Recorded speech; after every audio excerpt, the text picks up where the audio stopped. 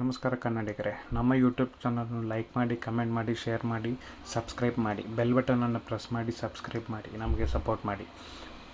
100 ಜನ್ಮಕ್ಕೂ ಭಾಗ 2 ಏನಾಯಿತು ಎಂದು ನೋಡೋಣ ಬನ್ನಿ.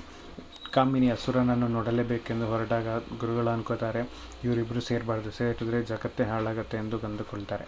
ಇಲ್ಲಿ ಮೈತ್ರಿ ರಾಯರ ತೀರ್ಥ ಪ್ರಸಾದವನ್ನು ಅವಳು ತಗೊಂಡು ಚಿರುಗೂ ಕೊಡೋದಕ್ಕೆ ಹೋಗ್ತಾಳೆ.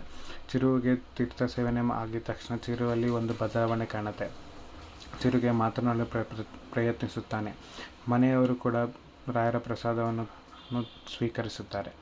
ಇಲ್ಲಿ ಚಿರು ಹೇಳುತ್ತಾನೆ, ಮೈತ್ರಿ ನಾನು ಆರಾಮಾಗಿದ್ದೀನಿ, ರಾಯರ ಆಶೀರ್ವಾದ ನಮ್ಮ ಮೇಲಿದೆ ಅಂತ ಹೇಳ್ತಾನೆ. ಅದಕ್ಕೆ ಚಿರು, ನೀನು ಮಾತಾಡಿದ್ಯಾ? ನೀನು ಮಾತಾಡೋದಂಗೆ ಕೇಳಿಸ್ತು ನನಗೆ ಅಂತ ಕೇಳ್ತಾಳೆ. ಅದಕ್ಕೆ ಚಿರು ಅಕ್ಕ ಬಂದು, ಮೈತ್ರಿ ನೀನು ಚಿರು ಮಾತಾಡೋದನ್ನ ಕೇಳಿಸ್ಕೊಂಡ್ಯಾ? ಎಲ್ಲೋ ನಿಮ್ಮ ಭ್ರಮೆ ಅನಿಸುತ್ತೆ, ನಿಮ್ಮ ಭ್ರಮೆನಲ್ಲಿ ಕೇಳಿಸ್ಕೊಂಡೆ ಅಂತ ಅನಿಸುತ್ತೆ ಅಂತ ಹೇಳ್ತಾಳೆ. ಆಗ ಚಿರು ಬಾಯ್ಬಿಟ್ಟು ರಾಯರಿದ್ದಾರೆ ಅಂತ ಹೇಳೋಕ್ಕೆ ಪ್ರಯತ್ನಿಸುತ್ತಿರ್ತಾನೆ. ಆಗ ಮೈತ್ರಿ ಅಮ್ಮ ಹೇಳ್ತಾಳೆ, ಇಲ್ಲ ರಾಯರಿದ್ದಾರೆ, ನಾವಿರೋದು ಮಂತ್ರಾಲಯದಲ್ಲಿ, ಏನೂ ಹೆದರ್ಕೋಬೇಡ ಮಗಳೇ ಅಂತ ಹೇಳುತ್ತಾರೆ. ಆಗ ಮೈತ್ರಿ, ಹೌದಮ್ಮ ರಾಯರಿದ್ದಾರೆ ಅಂತ ಹೇಳುತ್ತಾಳೆ. ಚಿರು ಕೂಡ ರಾಯರಿದ್ದಾರೆ ಅಂತ ಬಾಯಿನಿಂದ ಹೇಳುತ್ತಾನೆ. ಅದನ್ನು ಕೇಳಿ ಮನೆಯವರೆಲ್ಲರಿಗೂ ಗಾಬರಿಯಿಂದ ಖುಷಿಯಾಗುತ್ತದೆ. ಮೈತ್ರಿ ಅಪ್ಪ ಅವ್ರು ಮಾತಾಡಿದ್ರಲ್ಲ ಅನ್ನೋ ನಿಟ್ಟುಸಿರು ಬಿಡ್ತಾ ಖುಷಿ ಪಡುತ್ತಾರೆ. ಮೈತ್ರಿ, ನೀನು ಮಾತಾಡ್ತೀಯ ಚಿರು, ನೀನು ಒಂದು ಸಲ ಮಾತಾಡು, ಇನ್ನೊಂದು ಸಲ ಮಾತಾಡು ಚಿರು ಅಂತ ಹೇಳ್ತಾಳೆ. ಅದಕ್ಕೆ ಚಿರು, ಮೈತ್ರಿ ನೀನೇನು ತಲೆ ಕೆಡಿಸ್ಕೋಬೇಡ, ನಾವು ರಾಯರ ಸನ್ನಿಧಾನದಲ್ಲಿದ್ದೀವಿ, ನಮಗೆಲ್ಲ ಒಳ್ಳೆಯದೇ ಆಗುತ್ತೆ, ರಾಯರು ನಮ್ಮನ್ನು ಕಾಪಾಡ್ತಾರೆ ಅಂತ ಹೇಳುತ್ತಾನೆ. ಅದನ್ನು ಕೇಳಿ ಎಲ್ರಿಗೂ ಖುಷಿಯಾಗುತ್ತೆ. ಅದನ್ನು ಕೇಳಿ ಮೈತ್ರಿಗೆ ಖುಷಿಯಾಗಿ ಅವನನ್ನು ಅಪ್ಪಿಕೊಂಡು ಅವನನ್ನು ಮುದ್ದಾಡುತ್ತಾಳೆ. ಇಲ್ಲಿ ಗುರುಗಳು ಮೈತ್ರಿಯನ್ನು ಹುಡುಕುತ್ತಾ ಸನ್ನಿಧಾನಕ್ಕೆ ಬರ್ತಾರೆ.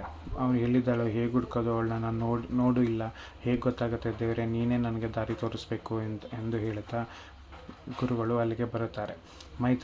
ಮೈತ್ರಿ ಅಮ್ಮ ಹೇಳ್ತಾಳೆ, ನಾವು ಅಂದ್ಕೊಂಡಿರೋ ಹರಕೆನ ತೀರಿಸಿದ್ರೆ ಮಗಳು ಮತ್ತು ನಮ್ಮ ಅಳಿಯಂಗೆ ಎಲ್ಲ ಒಳ್ಳೆಯದಾಗುತ್ತೆ, ನಮ್ಮ ಅಳಿಯಂದ್ರೆ ಬೇಗ ಹುಷಾರಾಗ್ತಾರೆ, ಬನ್ನಿ ನಾವು ಮುಂದಿನ ಹರಕೆ ತೀರ್ಸೋಕ್ಕೆ ಹೋಗೋಣ ಅಂತ ಹೇಳಿ ಹೊರಡ್ತಾರೆ. ಇಲ್ಲಿ ಚಿರು ಅದನ್ನು ನೋಡುತ್ತಾ ಕೂತಿರುತ್ತಾನೆ. ಮೈತ್ರಿನ ಹುಡುಕುತ್ತಾ ಗುರುಗಳು ರಾಯರ ಸನ್ನಿಧಾನದೊಳಗಡೆ ಬರುತ್ತಾರೆ. ಹುಡುಕಬೇಕಾದ್ರೆ ಹೆಂಗೆ ಹುಡುಕೋದು, ನೋಡಿಲ್ಲಲ್ಲ, ನೀನೇ ಕಾಪಾಡಬೇಕು ತಂದೆ ಅಂತ ಹುಡುಕ್ತಾರೆ. ಅದಕ್ಕೆ ಚಿರು ಮಾತನಾಡ್ತಾನೆ, ಏನಕ್ಕೆ ಹೋಗಿರೆಗಳ, ಹೇಗಿದ್ದೀರಾ ಅಂತ ಕೇಳ್ತಾನೆ. ಅದಕ್ಕೆ ಅಣ್ಣ, ನೀನು ಈಗಲೂ ತಮಾಷೆ ಮಾಡ್ತೀಯಲ್ಲ, ನೀನು ಮಾತಾಡ್ತಿರೋದೇನಾದರೂ ಮನೇಲಿ ಅಜ್ಜಿಗೆ ಅಮ್ಮಂಗೆ ಗೊತ್ತಾದರೆ ತುಂಬ ಖುಷಿ ಪಡ್ತಾರೆ, ನಾವು ಹೋಗಿ ಫಸ್ಟ್ ಅವ್ರಿಗೆ ಫೋನ್ ಮಾಡಿ ಹೇಳ್ತೀನಿ ಅಂತ ಹೇಳ್ತಾರೆ. ಅದಕ್ಕೆ ಚಿರು, ಬೇಡ ಹೀಗೆ ಫೋನ್ ಮಾಡಿ ಹೇಳಬೇಡಿ, ಹೇಳಿದ್ರೆ ನಾನು ಅವರು ಹೇಗೆ ರಿಯಾಕ್ಟ್ ಮಾಡ್ತಾರೆ ಅದನ್ನ ನಾನು ನೋಡೋದನ್ನು ಮಿಸ್ ಮಾಡ್ಕೊಂಡ್ಬಿಡ್ತೀನಿ, ನಮ್ಮ ಮನೆಗೆ ಹೋಗಿ ಅವ್ರಿಗೆ ಎಲ್ಲ ವಿಷಯ ಹೇಳಿದಾಗ ಅವ್ರಿಗೆ ಖುಷಿಯಾಗುತ್ತೆ, ನಾನು ಅದನ್ನು ನೋಡಬೇಕು ಅಂತ ಹೇಳ್ತಾನೆ. ಸರಿ ಆಯಿತು ಬಿಡು ಅಣ್ಣ, ಹೇಳಲ್ಲ ಅಂತ ಹೇಳ್ತಾರೆ. ಆದರೆ ಅದಕ್ಕೆ ನೋಡೋಣ, ನೀನು ಹುಷಾರಾಗ್ತಿದ್ಯಾ ಅಂತ ಗೊತ್ತಾಗಿ ನೀನು ಮಾತಾಡೋದನ್ನು ಕೇಳಿ ಅವ್ರು ಎಷ್ಟು ಖುಷಿಯಾಗಿದ್ದಾರೆ ಅಲ್ಲಿ ನೋಡು ಅಂತ ಚಿರುಗೆ ಹೇಳ್ತಾರೆ. ಆಗ ಚಿರು, ಹೌದು ಮೈತ್ರಿ ತುಂಬ ಖುಷಿಯಾಗಿದ್ದಾಳೆ ಅಂತ ಅನ್ಕೋತಾನೆ. ಮೈತ್ರಿ ರಾಯನ್ನ ಕೇಳಿಕೊಂಡು ಇಲ್ಲಿಗೆ ಚಿರು ಹತ್ರ ಬರ್ತಾಳೆ. ಚಿರು ಹತ್ರ ಹೇಳ್ತಾರೆ, ಚಿರು ನಾನು ಹೋಗಿ ಅಪ್ಪ ಉರುಳಿಸೋ ಶುರು ಮಾಡ್ತಿದ್ದಾರೆ, ನಾನು ಹೋಗಿ ಪ್ರದಕ್ಷಿಣೆ ಹಾಕ್ಕೊಂಬರ್ತೀನಿ ಅಂತ ಹೇಳ್ತಾಳೆ. ಅದಕ್ಕೆ ಚಿರು, ನಾನು ನಿನ್ನ ರಾಯರ ಮಧ್ಯೆ ಬರೋದಿಲ್ಲ ಮೈತ್ರಿ, ನೀನು ಆರಾಮಾಗಿ ಹೋಗಿ ಪ್ರದಕ್ಷಿಣೆ ಹಾಕ್ಕೊಂಬ ಅಂತ ಹೇಳ್ತಾರೆ. ಅದಕ್ಕೆ ಚಿರು ತಂಗಿ ಹೇಳ್ತಾಳೆ, ಅದಕ್ಕೆ ನಮ್ಮ ಮಠದ ತುಂಬ ಓಡಾಡೋದಿದೆ, ಬೇಗ ಬನ್ನಿ ಅಂತ ಹೇಳ್ತಾಳೆ. ಇಲ್ಲಿ ಮೈತ್ರಿ ಅಪ್ಪ ಉರುಳು ಮಾಡಲು ಶುರು ಮಾಡಿ ಉರುಳು ಮಾಡ್ತಾ ಇದನ್ನ ಚಿರು ನೋಡ್ತಾ ಇರ್ತಾನೆ. ಅಲ್ಲಿಗೆ ಗುರುಗಳು ಮೈತ್ರಿನ ಹುಡ್ಕೊಂಡು ಬರ್ತಾರೆ. ಹೆಂಗೆ ಹುಡ್ಕೋದು, ನಾನು ನೋಡಿಲ್ಲ ಏನಿಲ್ಲ, ಹೇಗೆ ಗೊತ್ತಾಗುತ್ತೆ, ರಾಯರೇ ನೀವೇ ನನಗೆ ದಾರಿ ತೋರಿಸ್ಬೇಕು, ಅವರ ಸ್ಪರ್ಶ ಹೇಗೆ ಮಾಡೋದು ಅಂತ ನೀವೇ ಕಾಪಾಡಬೇಕು ಅಂತ ಹೇಳ್ತಾಳೆ. ಇಲ್ಲಿ ಮೈತ್ರಿ ರಾಯರ ಸ್ಮರಣೆ ಮಾಡುತ್ತಾ ಪ್ರದಕ್ಷಿಣೆ ಹಾಕೋದು ಶುರು ಮಾಡ್ತಾಳೆ. ಪ್ರದಕ್ಷಿಣೆ ಹಾಕ್ಬೇಕಾದ್ರೆ ಗುರುಗಳು ಬರುತ್ತಾರೆ.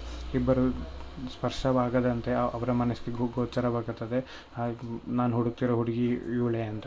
ಆಗ ಮೈತ್ರಿನ ನೋಡುತ್ತಾ, ಇವಳೆ, ನಾನು ಹುಡುಕ್ತಿರೋ ಹುಡುಗಿ ಇವಳೆ ಅಂತ ಹೇಳಿ ಅವನು ಖುಷಿ ಪಡುತ್ತಾರೆ. ಹಿಂದಿನಿಂದ ನೋಡುತ್ತಾ ಅವಳನ್ನು ಮೈತ್ರಿನ ಕರೆಯುತ್ತಾರೆ. ಆದರೆ ಮೈತ್ರಿ ನಿಲ್ಲುವುದಿಲ್ಲ.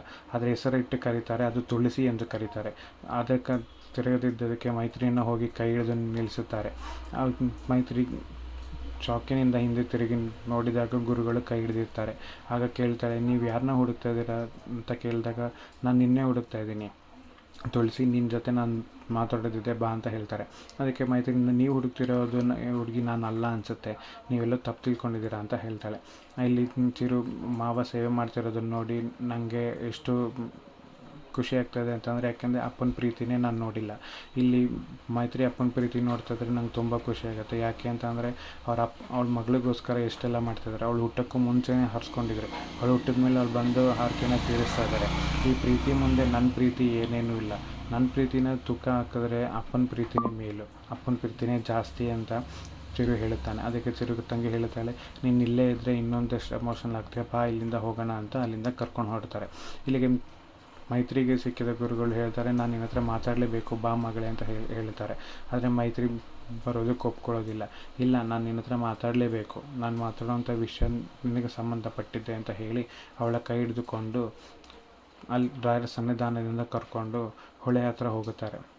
ಹೊಳೆ ಹತ್ರ ನಿಂತ್ಕೊಂಡಾಗ ಮೈತ್ರಿ ಕೇಳ್ತಾರೆ, ನನ್ನ ಯಾಕೆ ಇಲ್ಲಿ ಕರ್ಕೊಂಬಂದ್ರಿ, ನನಗೂ ನಿಮಗೂ ಏನು ಸಂಬಂಧ ಇದೆ, ನೀವು ಇಲ್ಲಿ ಯಾಕೆ ಹಿಂಗೆ ಕರ್ಕೊಂಬಂದ್ರಿ ಅಂತ ನಂಗೆ ಗೊತ್ತಾಗಿಲ್ಲ ಅಂತ ಕೇಳ್ತಾಳೆ. ಹಾಗೆ ಗುರುಗಳು ಸಂಬಂಧ ಇದೆ, ಇದು ನೀನು ಹುಟ್ಟಿರೋದೇ ರಾಯರ ಆಶೀರ್ವಾದದಿಂದ, ಅವರ ಆಶೀರ್ವಾದದಿಂದನೇ ನೀನು ಹುಟ್ಟಿರೋದು ಅಂತ ಹೇಳ್ತಾರೆ. ಆದರೆ ನಾನು ಯಾಕೆ ನಿಮ್ಮ ಹತ್ರ ಮಾತಾಡಬೇಕು ಅಂತ ಕೇಳಿದಾಗ ಗುರುಗಳು ಹೇಳ್ತಾರೆ, ನಿನ್ನ ಜನ್ಮ ಹೆಸರು ಮೈತ್ರಿ ಆಗಿರ್ಬೋದು, ಆದರೆ ನಿನ್ನ ಹುಟ್ಟ ಹೆಸರು ತುಳಸಿ, ನಿನಗೆ ಇಲ್ಲಿಗೆ ಸಂಬಂಧವಿದೆ, ನಿನ್ನ ಗಂಡನನ್ನು ಕಾಪಾಡ್ಕೋಬೇಕು ಅಂತ ಅಂದರೆ ನಿನಗೆ ಈ ಸತ್ಯನ ತಿಳ್ಕೊಳ್ಳೇಬೇಕು ಅಂತ ಹೇಳುತ್ತಾರೆ. ಇಲ್ಲಿ ಕಾಮಿನಿ ಮತ್ತು ಅವರ ಅಮ್ಮ ಇಬ್ಬರು ಹಸುರನನ್ನು ನೋಡಲು ಬಂದಿರುತ್ತಾರೆ. ಹಸುರ ಲೋಕ ಹೇಗಿರುತ್ತೆ ಅಂತ ನೋಡುತ್ತಿದ್ದರೆ ಭಯಂಕರವಾಗಿರುತ್ತದೆ. ಅದಕ್ಕೆ ಕಾಮಿನಿ ಕೇಳ್ತಾಳೆ, ಇದು ಯಾವ ಲೋಕಮ್ಮ ಅಂತ ಕೇಳಿದಾಗ ಇದು ಪಾತಾಳ ಲೋಕ, ಪಾತಾಳ ಲೋಕದಲ್ಲಿ ಹಸುರನಿದ್ದಾನೆ ಅಂತ ಹೇಳ್ತಾಳೆ. ಹಸುರನ್ನು ನೋಡಬೇಕಾದ್ರೆ ನಾವು ಈ ಮುಖಾಂತರ ಈ ದಾರಿನಲ್ಲಿ ಹೋಗಬೇಕು, ಬಾ ಕಾಮಿನಿ ಅಂತ ಹೇಳಿ ಅವರಮ್ಮ ಅಲ್ಲಿಗೆ ಕರ್ಕೊಂಡು ಹೋಗ್ತಾಳೆ. ಹೋಗ್ಬೇಕಾದ್ರೆ ಸುತ್ತಮುತ್ತ ಕೆಂಡದ ಮತ್ತು ಬೆಂಕಿಯ ಜ್ವಾಲೆಯ ಮಧ್ಯೆ ಹೋಗುತ್ತಾರೆ. ಹೋಗ್ಬೇಕಾದ್ರೆ ಕಾಮಿನಿ ಅಮ್ಮ ಹೇಳ್ತಾಳೆ, ನಿನಗೆ ಸಮುದ್ರ ಮಂಥನದ ಬಗ್ಗೆ ಗೊತ್ತಲ್ಲ, ಸಮುದ್ರ ಮಂಥನ ಆಗೋಬೇಕಾದ್ರೆ 100 ಜನ ರಾಕ್ಷಸರಿದ್ದರು. ಆಗ ಅವರಿಗೆ ಅಮೃತ ಸಿಗದಿದ್ದಲೇ ಇದ್ದಾಗ ಅವರ ಕೋಪಗೊಂಡು 100 ಜನ ಅಸುರರು ಒಂದು ಕ್ಷಣದಲ್ಲಿ ಒಂದು ರಕ್ತವಾಗಿ ಬದಲಾಗಿ ಅವರು 100 ಪಟ್ಟು ಶಕ್ತಿವಂತರಾದರು. ಆ ಶಕ್ತಿವಂತನಾಗಿದ್ದೇ ಎಲ್ಲರ ಸಮೂಹ ಸೇರಿನೇ ಅಸುರನಾಗಿತ್ತು. ಅಸುರನು ತುಂಬ ಶಕ್ತಿಶಾಲಿ. ಅವನು ಇರುವ ಜಾಗ ಆ ದ್ವಾರಕದ ಒಳಗೆ ಹೋದರೆ ಅಸುರನ್ನು ನಾವು ನೋಡಬಹುದು, ಬಾ ಎಂದು ಹೇಳಿ ಕಾಮಿನಿನ ಮುಂದಕ್ಕೆ ಕರ್ಕೊಂಡು ಹೋಗ್ತಾರೆ. ಅಸುರ ಮುಂದೆ ಹೋಗುತ್ತಿದ್ದಂತೆಯೇ ಅಸುರನ ಲೋಕ ಕಾಣುತ್ತದೆ. ಅಲ್ಲಿ ನೋಡುತ್ತಾ ಇಬ್ಬರು ನಿಂತಿರುತ್ತಾರೆ. ಇಲ್ಲಿ ಗುರುಗಳು ಮೈತ್ರಿಗೆ, ನಿನ್ನ ರಹಸ್ಯ ತಿಳ್ಕೊಳ್ಳೇಬೇಕು ಮಗಳೇ, ನಿನ್ನ ಗಂಡನ್ನು ನೀನು ಕಾಪಾಡ್ಕೋಬೇಕು ಅಂತಂದರೆ ನೀನು ಧರ್ಮ ಕಾರ್ಯವನ್ನು ಮಾಡಲೇಬೇಕು.